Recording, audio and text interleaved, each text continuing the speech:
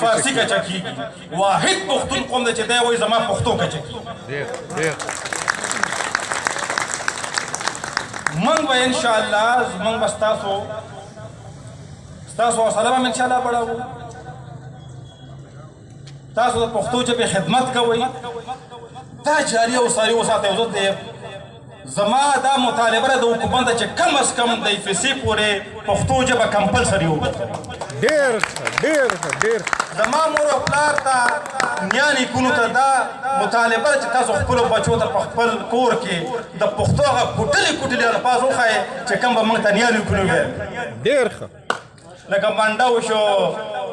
او ورغوی شو وغیره یا میچن شوه یا تونی شوه دا زموږ د دې وړو ماشومان نه هیر دي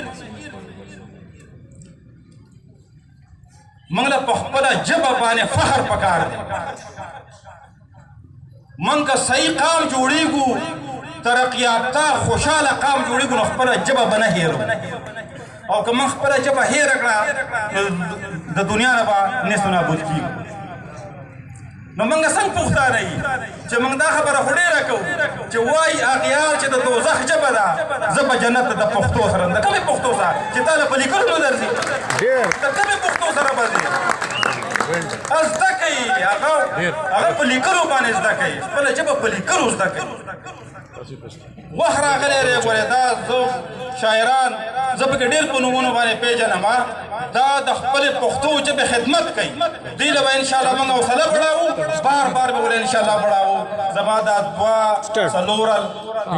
جملې د پښتو ژبې کې حالانکې مور ډېر څه راځي خو بهر اوس به یې پرېږدم